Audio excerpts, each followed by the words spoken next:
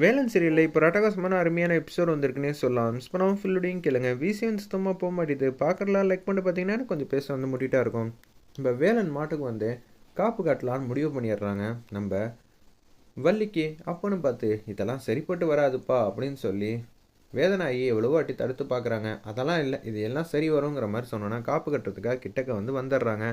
கார்த்தி வந்து ஆவேசமாக வந்துடுறாங்க. அந்த இடத்துல நிறுத்துங்க, எனக்கு நல்லாவே தெரிஞ்சிச்சு இவன் எப்படி இருந்தாலும் வந்து தாலியை வந்து கட்டிடுவான்னு. என்னப்பா உன் பிரச்சனை அப்படின்னு சொல்லி ரத்னவேல் பாண்டியன் வந்து கேட்குறாங்க. அந்த இடத்துல ஐயா, நீங்கள் நான் உண்மையை சொன்னால் கோவப்பட்டு வந்து அடிப்பீங்க. இதெல்லாம் எனக்கு தேவையில்லாத விஷயம். இப்பயே நான் முடிவு பண்ணிட்டேன். இவன் என் தங்கச்சி கழுத்தில் தாலி கட்ட மாட்டான். அதனால் இவன் வந்து ஒரு முடிவு எடுக்கிறதுக்கு முன்னாடி நான் ஒரு முடிவு எடுத்துட்றேன். எனக்கு என் தங்கச்சியோட வாழ்க்கை தான் ரொம்ப முக்கியம். அதனால் எனக்கு ஆனந்தி வந்து தேவையில்லை. அதனால் இந்த கல்யாணத்தை வந்து நிப்பாட்டிடுங்கிற விஷயத்த வந்து சொல்லிட்டு போகலான்னு தான் வந்திருக்கேன்னு அதிரடியாக வந்து சொல்கிறாங்க. கார்த்தி இதை கேட்டோன்னு வந்து வேலனைக்கே தூக்கி வாரி போட்டுருது. இந்த முடிவு தான் நேற்று நம்ம ஆனந்திக்கிட்ட வந்து டிஸ்கஸ் பண்ணிக்கிட்டு இருந்தோம். இவன் ஏன் இது மாதிரியெல்லாம் இப்போ பேசிகிட்டு இருக்கான்? நம்ம தங்கச்சியோட வாழ்க்கை என்ன ஆகுறது? நம்ம தங்கச்சியும் கார்த்தியும் ஆல்ரெடி வந்து லவ் பண்ணியிருக்காங்க. இவன் இப்படி இந்த நேரத்தில் ஒரு முடிவு எடுக்கிறான்னா நம்ம மட்டும் தாலியை வந்து மாற்றி கட்டினா நிச்சயம் ஆனந்தியோட வாழ்க்கை வந்து கேள்விக்குறியாக தான் ஆகுங்கிற மாதிரி யோசிச்சுட்டு இருக்காங்க வேலன் ஒரு பக்கம். நீங்களே வந்து ஒரு முடிவை வந்து சொல்லுங்கய்யா. நான் என்னோடய முடிவை வந்து சொல்லிட்டேன். அப்பா, நான் ஒன்று அடிச்சிருக்க கூடாதான். ஏதோ ஒரு கோவத்தில் வந்து அடிச்சிட்டேன். நான் அதுக்கு மன்னிப்பு கேட்கணும்னு நினைக்கிறியா? ஐயா, அதெல்லாம் ஒன்றும் இல்லையா. என் தங்கச்சி மேலே நான் அன்பு கடந்த பாசம் எல்லாம் வச்சுருக்கேன். அப்படி இருக்கும்போது எனக்கு என் வாழ்க்கையை விட என் தங்கச்சி வாழ்க்கை தான் முக்கியம். நீயும் வேலன் போல தான்ப்பா வந்து சிந்திக்கிற. மற்றவங்க எப்படி போனால் என்ன, என் வாழ்க்கை தான் எனக்கு முக்கியம்னு எத்தனையோ பேர் இருக்கிற மத்தியில் உன் தங்கச்சிக்காக நீ வந்து உணர்ச்சி வசப்பட்டு தான் இப்படியெல்லாம் பேசிகிட்டு இருக்கேன் நல்லாவே தெரியுது. என் குடும்பத்தில் வேலன் வந்து ஒரு ஆள் தான். அதை மாற்ற முடியாது, அதை மறுக்கவும் இல்லை. ஆனால் அதே சந்தர்ப்பத்தில் நான் ஒரு வாக்குறுதி கொடுத்தேன்னா கண்டிப்பாக வந்து நிறைவேற்றுவான்.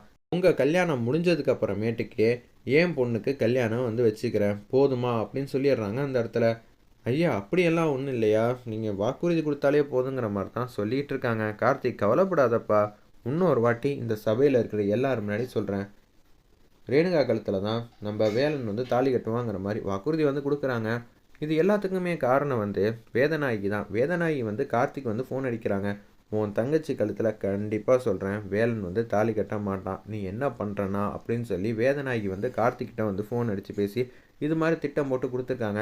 நீ ஆனந்தி கழுத்தில் தாலி கட்ட மாட்டேன்னு சொன்னால் மட்டும்தான் உன் தங்கச்சி கழுத்தில் வந்து தாலி ஏறும். எனக்கு என் தங்கச்சி வாழ்க்கை தான் முக்கியம். அண்ணங்காரனா உன்ன மாதிரி தான்ப்பா இருக்கணும் பொறுப்பா அப்படின்னு சொல்லி அவங்க தான் திட்டம் போட்டு கொடுத்துருக்காங்க பிறகு. இதை நினச்சி நக்கலாக வந்து சிரிக்கிறாங்க. அந்த இடத்துல வேதநாயகி, வேலா, நீ எத்தனையோ பேரை பார்த்துருக்கலாம், ஜெயிச்சிருக்கலாம். ஆனால் நீ இது வரைக்கும் என்னை வந்து பார்த்ததில்ல. எப்படி வந்து சென்டிமெண்ட்டாக பேசி எல்லாரையும் கவுக்கணுங்கிற விஷயம் வந்து எனக்கு நல்லாவே தெரியும் வேலா அப்படின்னு சொல்லி சிரிச்சுக்கிட்டு இருக்காங்க. என்னது ஐயா வந்து 2வது வாட்டியாக வாக்குறுதி கொடுத்துட்டாங்க. இதுக்கும் மேலே நம்ம வள்ளிகளத்தில் தாலி கட்டினா என்ன ஆகுங்கிற மாதிரி யோசிச்சுட்டு இருக்காங்க. ஐயா, நான் எதுவும் தப்பாக பேசியிருந்தா என்னை மன்னிச்சிருங்க. வேலா, உன் மேலே நம்பிக்கை எனக்கு துளி கூட இப்பயும் இல்லை. ஐயா வந்து சொல்லியிருக்காங்க. ஐயா வார்த்தைக்கு நீ மறு வார்த்தை பேச மாட்டேங்கிற ஒரே காரணத்துக்காக தான் நான் அமைதியாக இருக்கேன். பார்த்துக்கப்பா, ஐயா வாக்குறுதி கொடுத்துருக்காங்கன்னு சொல்லிட்டு எல்லாரும் வந்து சாப்பிட சொல்கிறாங்க. இல்லையா பரவாயில்லன்னு சொன்னோன்னே எல்லாரும் வந்து போக ஆரம்பிச்சிடுறாங்க.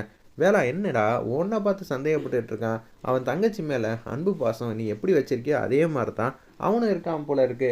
சரி, எப்படியோ பொண்ணு கொடுத்து பொண்ணு எடுக்கிறீங்க, சந்தோஷமாக இருந்தால் சந்தோஷம்தான் அப்படின்னு சொல்லிட்டு மாடிக்கு மாட்டுக்கு ரத்னவேல் பாண்டியன் மாட்டுக்கும் போகிறாங்க. அம்மா, என்னம்மா இப்படி ஒரு திட்டம் போட்டு வச்சுட்ட அப்படின்னு சொன்னோன்னே, ஆமாண்டா, இது எல்லாத்துக்கும் காரணம் வந்து நான் தான் அப்படின்னு சொல்லி வேதனாகி சந்தோஷமாக அவங்க பசங்கள்கிட்ட வந்து பேசிகிட்டு இருக்காங்க. ரஞ்சித்துக்கிட்ட வள்ளி வந்து கோச்சிட்டு வேதனையோடு வந்து மாடிக்கு போகிறாங்க. போனோன்னு வந்து ஃபீல் பண்ணுறாங்க. பின்னாடியே வந்து சுமதியும் வந்து போகிறாங்க. என்ன வள்ளி, கஷ்டமாக இருக்கா அப்படின்னு சொல்லி கேட்டோன்னே, ஆமாம், எனக்கு கஷ்டமாக தான் இருக்குது. அப்பா வந்து வாக்குறுதி கொடுத்துட்டாங்க. இனிமேட்டு என்ன பண்ணுறது ஒன்றும் புரியலையே. என்னையும் வேலனையும் ரொம்பவே நம்புகிறாங்க. கடைசி நேரத்தில் ஏதாவது தப்பாக ஒரு விஷயம் நடந்துட்டால் கூட அப்பாவால் தாங்க முடியாது. அது மட்டும் இல்லாமல் நம்பிக்கை எல்லாமே வந்து போயிடுமே அப்படின்னு சொல்லி சுமதிக்கிட்ட வந்து ஃபீல் பண்ணி புலம்பிக்கிட்டு இருக்காங்க. எனக்கு ரஞ்சித்தை தான் வந்து மாப்பிள்ளை போல் இருக்குது, இது யாராலையும் மாற்ற முடியாதா அப்படின்னு சொல்லி பேசுகிற மாதிரி காட்டி இந்த ப்ரோமோவை அட்டகாசமாக மாதம் வந்து முடிச்சிருந்தாங்க. வெயிட் பண்ணி பார்ப்போம்.